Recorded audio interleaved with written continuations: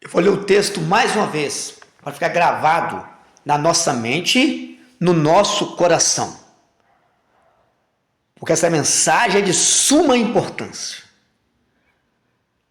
Marcos, capítulo 1, versículo 15. Olha o que diz o texto. E dizendo, Jesus, o tempo está cumprido. O reino de Deus está próximo. Arrependei-vos e crede no Evangelho. Vocês creem nessa palavra? Se você crê, por gentileza, vamos dar nesta tarde a maior e a melhor salva de palmas. Isso, vai aplaudindo e glorificando. Senhor nosso Deus e Senhor nosso Pai. Estamos aqui nesta tarde com desejo, com a vontade de buscar a Tua face, a Tua presença. Vem agora, Senhor. Se manifesta sobre nós o Teu reino, a Tua graça, a Tua bondade, a Tua misericórdia sobre todos. Até mesmo movido pela internet, redes sociais, Facebook, meu Pai querido, que é de suma importância, o Senhor manifesta em nosso meio. Não somos nada e nem ninguém sem a Tua presença. Pai querido, Deus amado, usa a boca do mensageiro e os lábios do pregador. Envia a Tua palavra com poder e autoridade, que ela vá e produza o resultado por qual foi enviada e mandada, em nome de Jesus, que assim seja. Esta mensagem é muito forte, muito irá falar aos nossos corações. Então fique atento, abre o teu coração, busca uma oportunidade, um tempinho para ouvir essa mensagem, que tem de pessoas se perdendo, caindo, distante de Deus e achando que está próximo. Por isso, não podemos esquecer a importância de dedicarmos um tempo com o nosso Deus, com o nosso Senhor Jesus Cristo. Jesus Cristo está dizendo aqui que João Batista, no passado, antes, começou a dizer, preparando o povo judeu para a vinda dele, preparando os caminhos. Está registrado em Mateus capítulo 3. Vamos lá comigo, por gentileza? Acharam? Eu vou ler.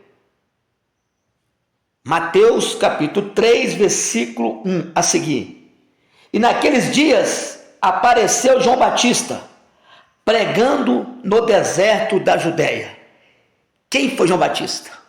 Primo de Jesus, enviado, selecionado, preparado para anunciar Cristo ao mundo, preparar a vinda de Cristo, e anunciado desde o começo, em Gênesis, que da semente da mulher viria um, que ia derrotar o inimigo, esmagar a cabeça dele, e seria perseguido.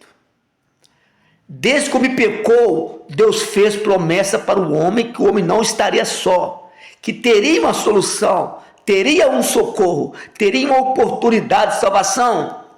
Essa oportunidade estendeu até os nossos dias atuais. Todos que passaram tiveram a oportunidade de viver a lei, a palavra de Deus, de crer na promessa, crer no Messias, porque o nosso Deus, ele é fiel. Ele nunca deixou o teu povo enganado, mas o teu povo que quis achá-lo, achou, encontrou. O problema é que no meio de muitos não quer achar Cristo, não quer encontrar Cristo e quer transtornar, confundir aqueles que estão buscando o verdadeiro, trazendo caminhos falsos, entidades alternativas, outros caminhos que o homem se perde, e assim afastando, fugindo do plano inicial de Deus para o homem através do seu Filho. No passado, até que se defendia o reino de Deus, defendia a palavra de Deus, foram perseguidos, foram mortos, destruídos, aprisionados, maltratados, humilhados. Foi sempre assim. E não mudou. Hoje, no Brasil é diferente. Há uma rejeição, há um abandono da fé, há ataques, o tempo todo atacando a igreja, menosprezando, falando mal. Mas a palavra de Deus, ela continua a mesma.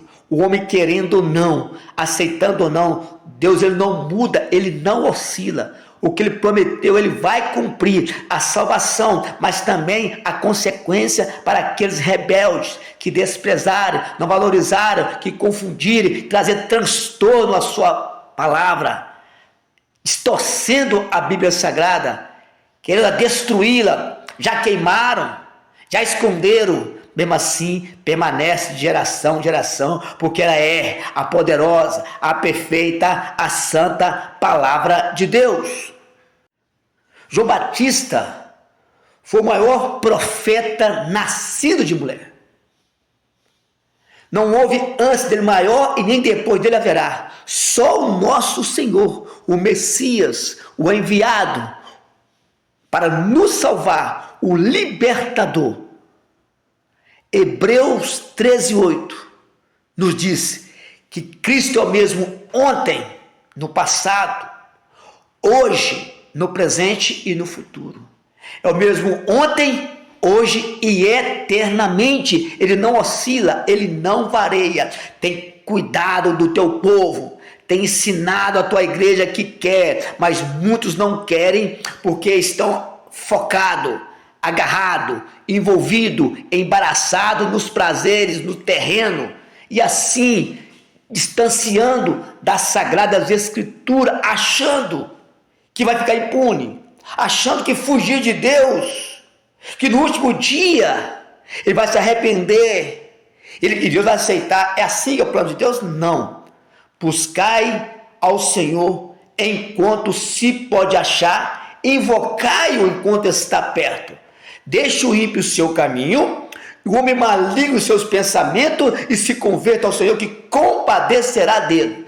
Torne para o nosso Deus, porque grandioso é em perdoar. Hoje é o dia oportuno. Quando ouvir a voz de Deus, não endureçais o coração. Eu tenho que abrir o coração para entender aquilo que Deus quer me revelar através das suas escrituras, através dos teus servos que estão comprometidos com as sagradas escrituras, porque tem que ter. Só você falar que serve a Deus, mas não ter a Bíblia, o nosso manual em mãos, não adianta. Lá na frente vai se perder. O que nos garante a vitória, a bênção, a conquista, a salvação, a comunhão perfeita com Deus é obedecer os mandamentos de Deus. Só título não resolve. Dá status, holofote, agrada, traz prestígio, facilidades, até mesmo créditos. Mas tem um juiz, tem um Deus todo-poderoso, juiz dos juízes, Senhor dos senhores, Rei dos reis, que julga retamente segundo a tua vontade e os teus preceitos. Não adianta ir com aparência, que aparência tinha os fariseus, tinha os saduceus, tinha os fariseus, né? Mas não adianta ter uma aparência de cristão, de servo de Deus, de homem de Deus, mulher de Deus, uma igreja ornamentada, bonita, grande, cheia de destaque, mas por dentro não prega a verdade, não prega salvação, não prega arrependimento, não prega o reino de Deus, não prega libertação, prega só benefício próprio. Quantos têm sido beneficiados? Que Deus é bom, o sol e a chuva veem para todos, Deus tem prazer em abençoar, porque a prosperidade também está no coração de Deus. Estou dizendo, não é contra isso. Eu estou dizendo, é como ele começa a fugir, afastar dos princípios de Deus. Ele começa a não dar crédito, não se preocupar mais tanto, não priorizar o reino de Deus, não dedicar. Se faz para parecer, então resolve. Assim estava Israel. Estavam os fariseus, sepulcro caiado, por fora bonito, bem vestido, aparentemente era um destaque, era o cara, mas por dentro, mortos espiritual, sem comunhão com Deus. Esse mesmo povo que se apresenta como homem de Deus, como servo de Deus, é o mesmo povo que vai planejar, que vai arquitetar a morte de Jesus e também os seus discípulos. Haverá uma perseguição em massa, haverá uma tragédia, assassinatos, por causa de uma fé, de uma direção errada. Até hoje, as pessoas se destroem uns aos outros do mundo afora por causa de uma religião, uma fé errada, seguindo a um Deus desconhecido, a um Deus que não conhece, feito por mãos de homens. Mas nós, igreja amada, igreja viva, povo eleito, nós servimos o nosso Senhor e Salvador Jesus Cristo, aquele que morreu por nós na cruz do Calvário, que deu a sua vida para o nosso resgate, para que eu e você viva completamente servindo a Ele para toda a eternidade. Como diz Mateus, vamos voltar para Mateus de novo, capítulo 3, versículo 1 ao 3. Naqueles dias apareceu João Batista pregando no deserto da Judéia. Ele escolheu um lugar bem remoto, né? Um lugar distante para anunciar Cristo ao mundo. Por quê? Tudo tem um propósito. Ele não queria holofote, ele não queria aparência, ele não queria destaque, ele queria que o nome de Cristo seja conhecido, que o povo, as nações viessem a arrepender, a se prostrar e entrar pelo caminho da salvação, dizendo: arrependei-vos, porque é chegado o reino dos céus. A nossa vitória, queridos, você que está me ouvindo nesta tarde, pela internet, vai ouvir. O princípio da nossa vitória, da nossa bênção, não é mostrar o teu carro, ou a tua casa, ou a tua mansão, ou o teu patrimônio, ou a tua conta bancária. É mostrar realmente que você está arrependido. É o princípio da salvação. Toda salvação e toda vitória começa com arrependimento. Hoje as pessoas não querem mais arrepender. Eles não querem se reconhecer que é pecador, que erra, que falha. Tem até quem diga, isso é um absurdo, igreja. Isso é um absurdo, amados. Estão dizendo que Cristo pagou nosso sacrifício. Isso é certo, isso é lógico, isso é real. Pagou nossa dívida, riscou a cédula, somos livres para adorá-lo. Bem dizer, temos comunhão com o Pai diretamente através de Cristo. Ele é o caminho, Ele é a verdade, Ele é a vida. Mas estão dizendo por aí que o pecado não pode mais nos parar, que o pecado não está sobre nós mais. Mesmo que você peque, que você erre, a sua dívida já foi paga. Estão distorcendo a palavra de Deus. Estão trazendo confusão à mente. Esses hereges, falso profeta, tem que ser combatido, denunciado esse pecado. Sabe por quê?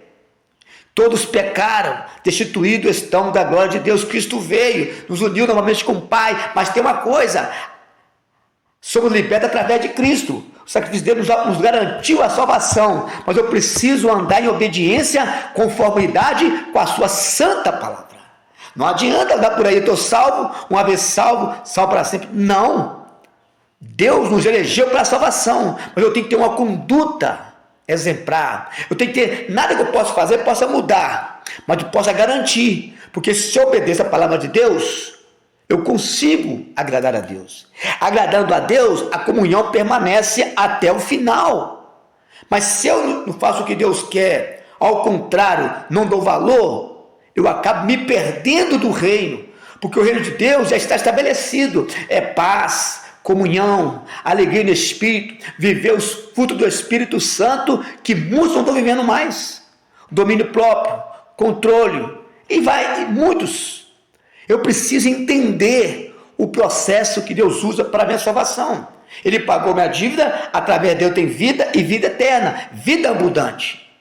Mas eu preciso atender à vontade, ou esforçar o máximo que eu puder para agradar o meu Salvador. Eu não posso andar por aí achando que estou salvo, vivo uma vida de pecado, de erro, pensando, ele já morreu por mim, ele já pagou minha dívida. Não, não é isso que Deus está dizendo. Ele fala, os que confessam e deixam, alcança a misericórdia. Ou seja, eu confessei que é o pecador, eu tenho que deixar o pecado e agarrar, se aproximar do nosso Senhor Jesus Cristo. Eu quero abrir uma sessão, estender um pouco mais, até você que está pela internet. Vocês têm arrependido dos seus pecados? Não é dos meus, dos seus. Cada um arrepende dos seus pecados. Poderia citar vários pecados aqui, mas o foco não é esse. Arrepender dos pecados. Você sabe o que é pecado? Já foi te dito o que é pecado? Se arrepender de mentir, de roubar, de enganar, de trair. Arrependimento. Quem arrepende, ele não faz mais. Ele sente vergonha daquele ato. Mas quem continua fazendo o ato, ainda não se arrependeu. Por isso que João diz, arrependei-vos, prepara-te, está chegando o reino dos céus. Cristo virá fazer a diferença, preparando o caminho para o Senhor, endireitando as veredas, mostrando o que temos ou não de fazer. Precisamos seguir os passos do nosso Senhor Jesus Cristo. Os passos do Messias. Ele é perfeito em tudo. Nunca teve variação. Ele é santo. Temos que ser santo. Não santo a ponto de ser um pedestal para ser adorado, reverenciado. Não. Ser santo no sentido de separação do pecado. Separação daquilo que nos afasta, que nos impede de alcançar a graça de Deus. Porque, na verdade, o pecado nos faz isso. Ele nos impede de alcançar as bênçãos de Deus. Por isso, igreja amada, igreja viva, povo eleito, não dá para ficar fugindo da realidade, porque o nosso futuro está bem próximo. Eu quero que os irmãos lá, por gentileza, Isaías 59, por favor. Acharam aí? Diz assim o texto sagrado: eis que a mão do Senhor não está encolhida para que não possa salvar, nem o seu ouvido agravado para não poder ouvir, mas as vossas iniquidades fazem divisão entre vós e o vosso Deus, e os vossos pecados encobre o teu rosto de vós, para que não vos ouça. Forte esse texto. Vamos entender um pouco esse texto. Eis que a mão do Senhor não está encolhida. Não é à toa que Cristo morreu, né? De braços abertos, dizendo, Pai, perdoa eles, eles não sabem o que eles fazem. Na mente deles, eles estavam exterminando uma seita. Estava destruindo alguém que era herege na mente deles. Esqueceram das escrituras, dos profetas, da lei que falaram acerca de Cristo. Jogou tudo fora. E queriam um rei, libertador, para lutar contra Roma, fisicamente, igual a Gedeão, Josué. Não. Ele veio libertar o coração do homem. E até hoje o homem encontra preso no coração. O coração do homem tem enganado o homem à destruição, à miséria, o afastamento de Deus e a falsidade, o engano de ser salvo por si mesmo, ser salvo por obras, ser salvo pela religião e desprezando o caminho que Deus nos deu.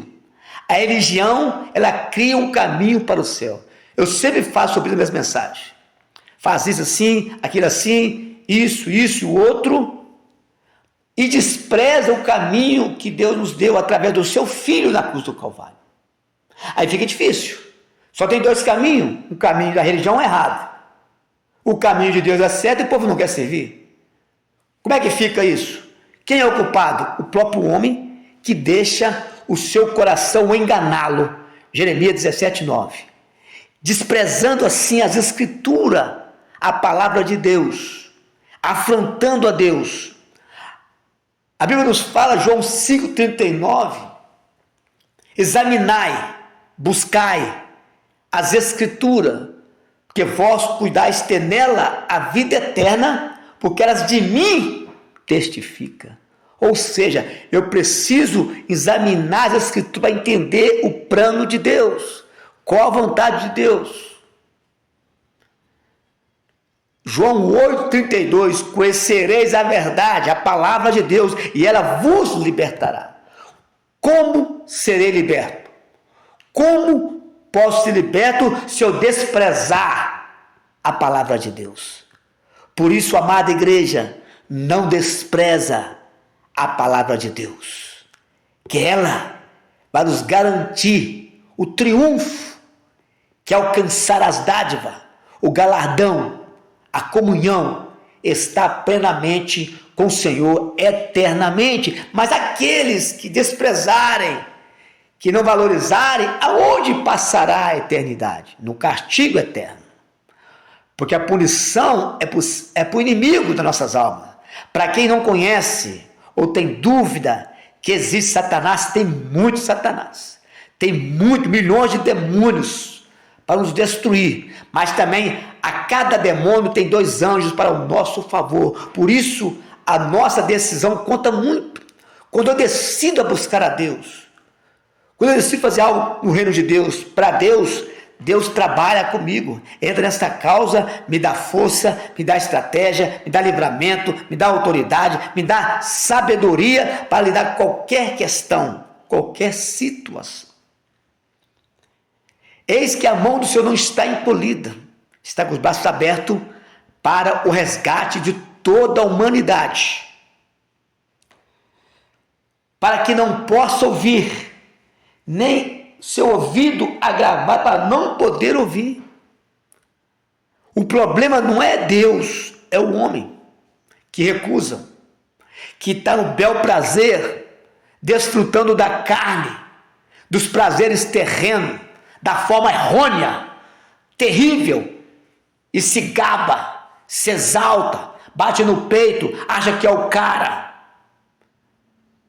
Mas nessa tarde eu te digo, vale a pena ser fiel, vale a pena ser igual a Daniel. Daniel não quis contaminar com manjares do rei, e preferiu os legumes.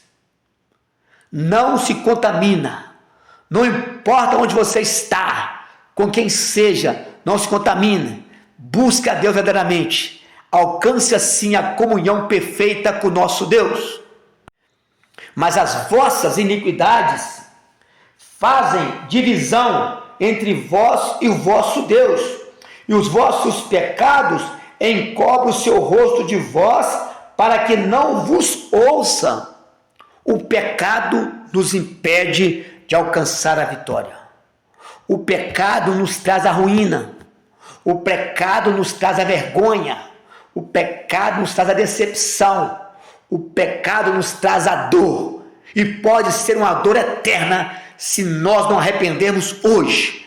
Largarmos tudo aquilo para servir inteiramente, dedicando ao nosso Senhor Jesus Cristo e Salvador. Aleluia!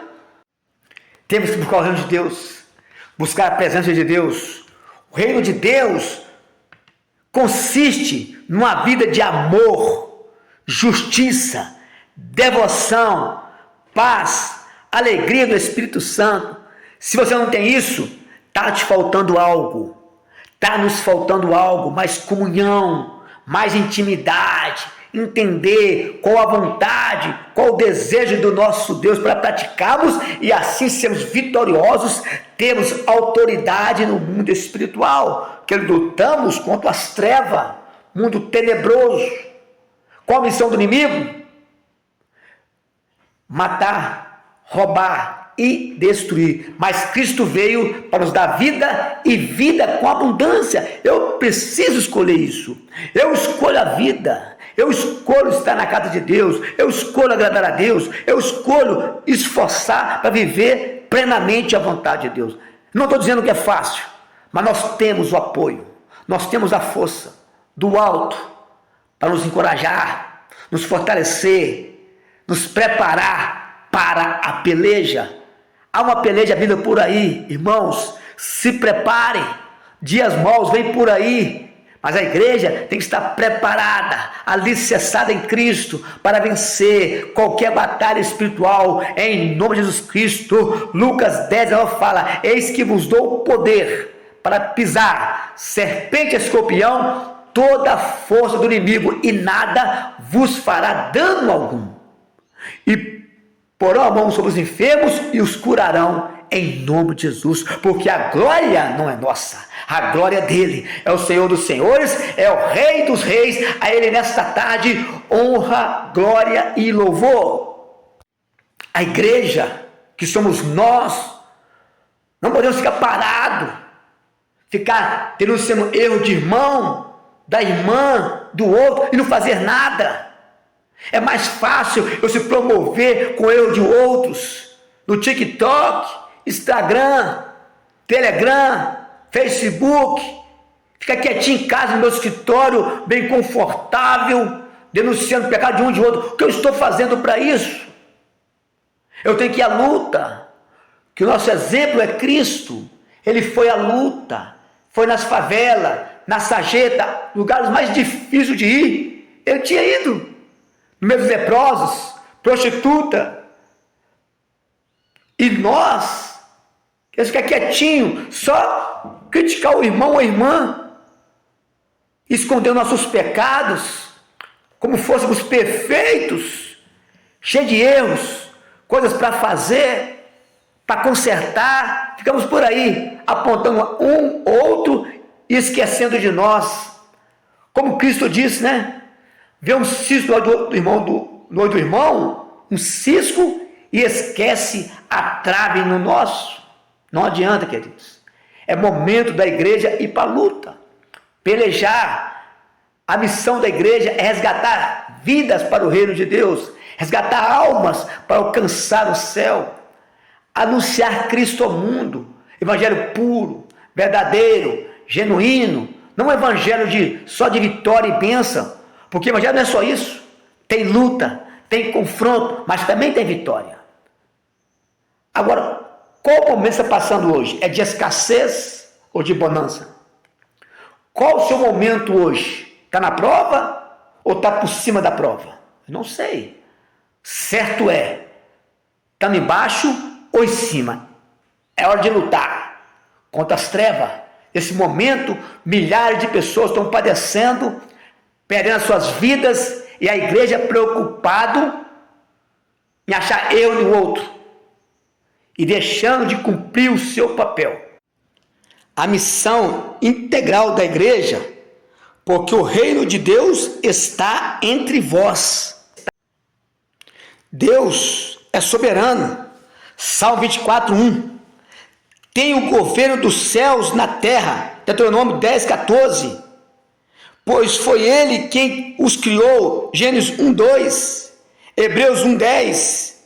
Não obstante, pouco se estuda acerca da nossa participação no governo do reino de Deus, nossos deveres e obrigações no cuidado, na mordomia de tudo que ele nos confiou. Gênesis 2:15.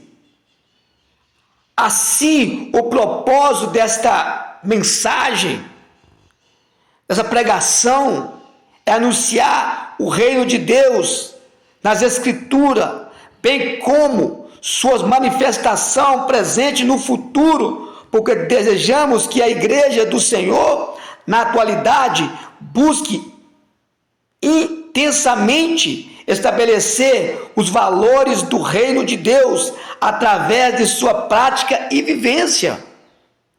Temos que mostrar que estamos dentro no reino de Deus pela prática do evangelho, pela conduta certa irrepreensível, pelo comportamento,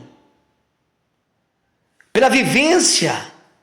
O povo tem que ver em nós um pouco de Cristo, porque Cristo é 100%, Ele é a perfeição, mas vem em nós o esforço, a dedicação, o amor, o comportamento, como eu já disse. Porque o mundo tem que achar em nós diferente, que o mundo faz de qualquer jeito, mas é o mundo. O mundo briga, o mundo bate, o mundo ameaça, o mundo faz tudo de absurdo. O mundo zomba, o mundo bebe, o mundo cai, o mundo levanta.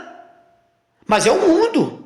Mas nós, que somos a igreja, lavada, remida, separada, povo eleito, sacerdócio real, nação santa, tem que ser a diferença. O problema